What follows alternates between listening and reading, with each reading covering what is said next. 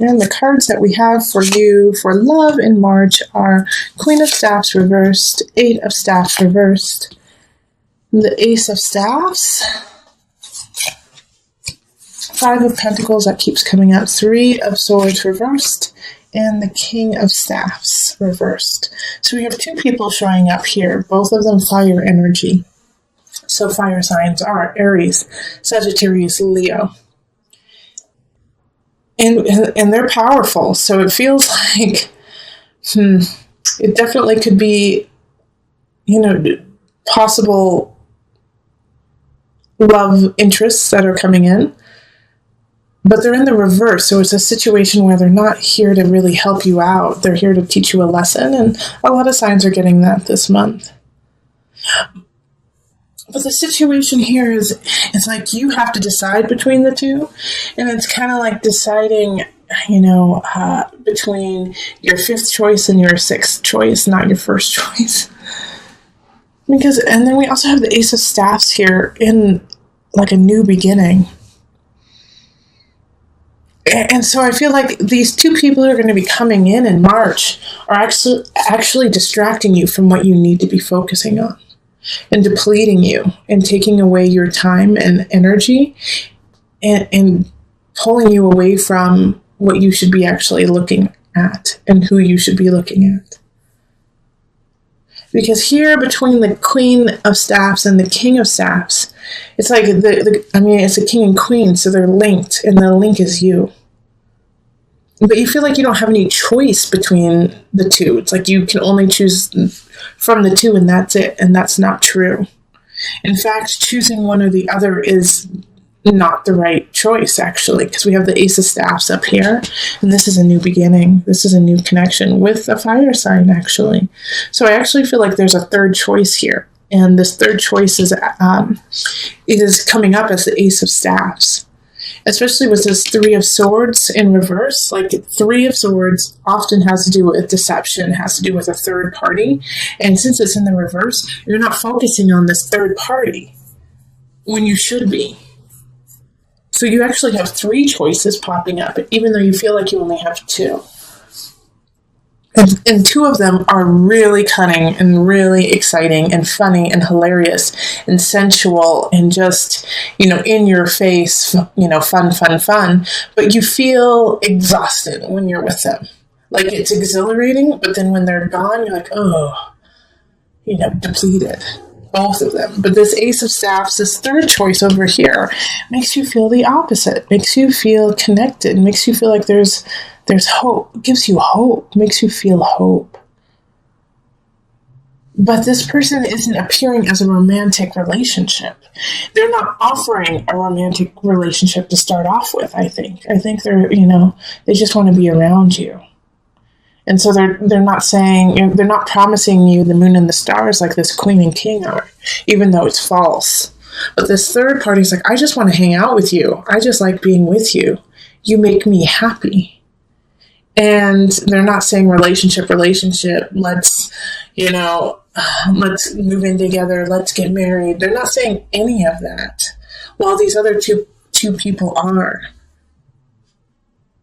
And the person who's, not promising you anything and just says, I enjoy you for you, is the right choice, even though they're not, they don't want to get in a relationship right now, which is smart. Scorpio, which is smart. So try your best to kind of leave these two in the dust in March. Those two people who are, I love you, you're the one for me forever, and you've only known them for a hot second. Leave them in the dust and connect with this person who just wants to be around you, enjoys you, and is honest with you about that, and is honest with, I just like you. I just like being with you. That's perfect. That's where it should be. So let's pull two universal love cards for you. Okay. Golden memories. And meditation. So for some reason, for the love readings, I haven't been reading what the book says for any of these, but my guides clearly said you need to read Golden Memories for Scorpio. So I'm going to just listen to them and read it to you. For some reason, you need to hear this because they can say it better than I. So, golden memories. Someone is thinking fondly of you this very moment, reflecting on golden memories, past and precious moments spent together. He or she is someone dear to you who has passed into the world of spirit. They want you to know that all is well and that time and space cannot separate that which is united through love. For the loving presence of those we love is always with us. A part of them lives in your heart, and a part of us lives in theirs. We all leave our physical body at some point, but we never leave our spirit. Oh gosh, like that almost brings tears to me for you, Scorpio.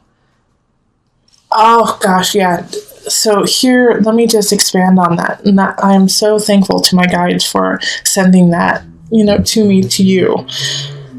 Because this Queen of Staffs and this King of Staffs are going to play on a wound, are going to play on this part of you that feels a little empty from this loss. That's going to, they're going to pretend to fill the void for you. All right. And this void is not something that needs to be filled by them. It is something that needs to be honored and cherished as a connection with someone else that you can no longer have. And this third party over here, this third connection, just is and feels your heart. And it's not in a way of feeling a void. It's like this separate feeling of like they're home. It's not about feeling a void. It's that they feel like home. So if you feel conflicted, if you feel confused, like that you have no choices, Scorpio, then this is where the meditation comes in. Sit with yourself and sit with your ancestors, sit with your guides, and let them speak to you and hear them. Okay? So let's go on to the couple reading. Hello, my Scorpio couples. How are you? All right, so let's get into this. This is for a Scorpio couple, so at least one of the people should be a Scorpio in order to watch this. All right, so we're going to call in the highest of light, the highest of energy to guide us, calling in the divine. What's going on for my Scorpio couples? What's happening in their realm? Okay.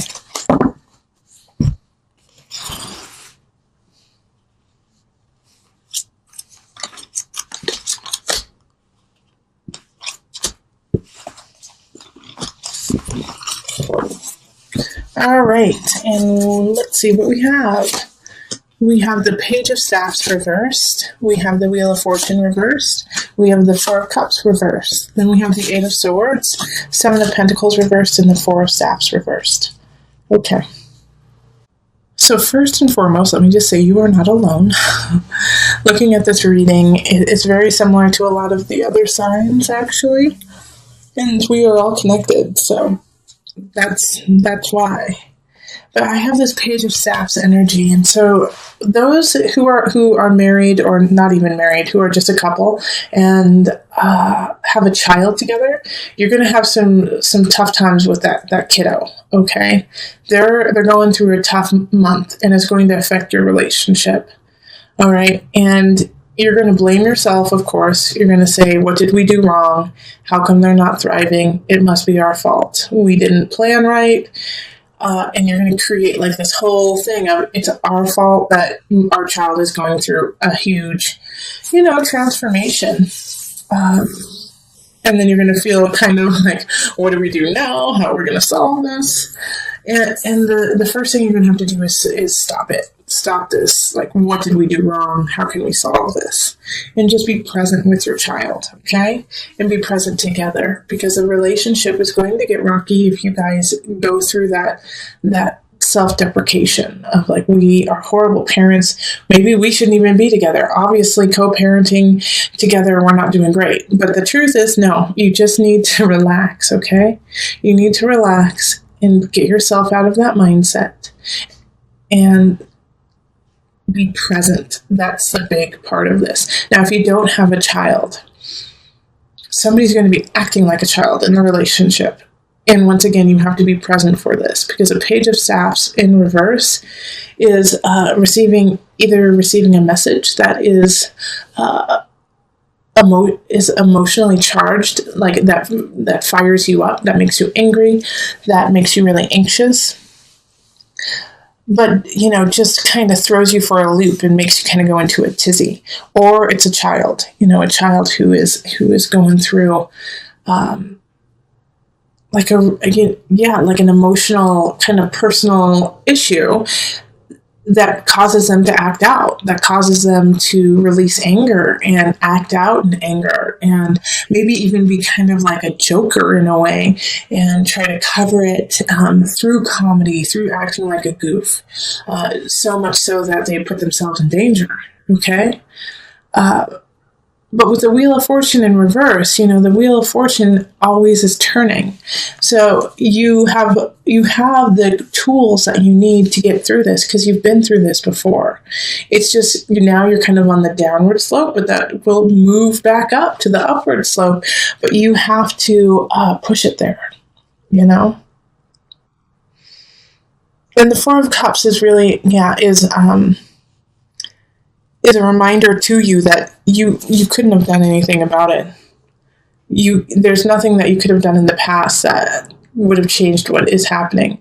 But the only thing that you really need to recognize too is that how you react to it is up to you. All right. 8 of Swords is warning that you are going to create that prison and create that situation where you are hating on yourself and that you can't get out of it. But you can if you just look up and you have faith in yourself. Because as soon as you stop saying, I can't solve it, and you say, okay, what's the situation? How am I going to take care of this situation? Is when things will start to shift and you'll actually be solving it instead of just making it almost worse. I also have a situation for you, Scorpio partners, that, like, in a way, some of you, I feel like we're hoping to get engaged. We're hoping to get, move in, do something together. And it's not going to happen this month. 4 of Staffs reversed is really saying that the celebration it's not the time. It's not the time right now. In fact, there might even be gossip of the opposite from friends and family.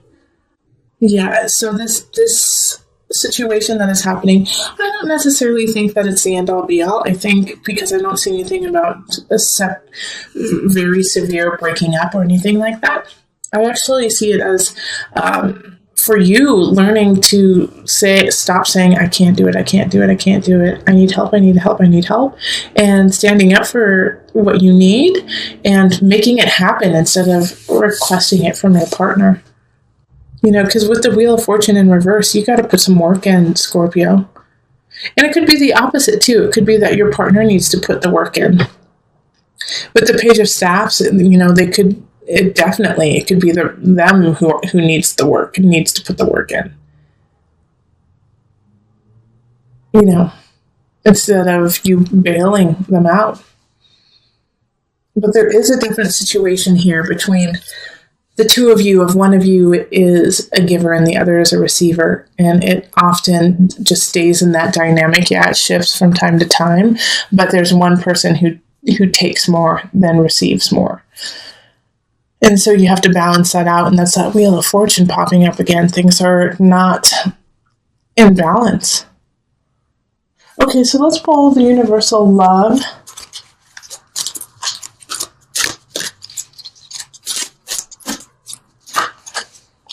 All right, so physical body and abundance. Okay, lovely, Scorpio.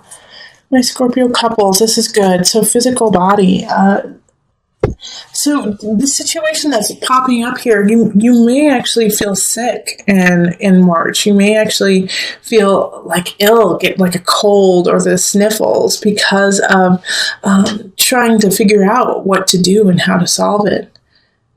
But as soon as you kind of detox the situation, detox what's happening, man, you guys are going to be awesome. You guys are going to be the bomb because abundance is there. You are so fulfilled with each other and with yourself. So this detox that's happening, is going to be really important. And like I was saying before, that, one of you guys is kind of a giver and the other's a receiver.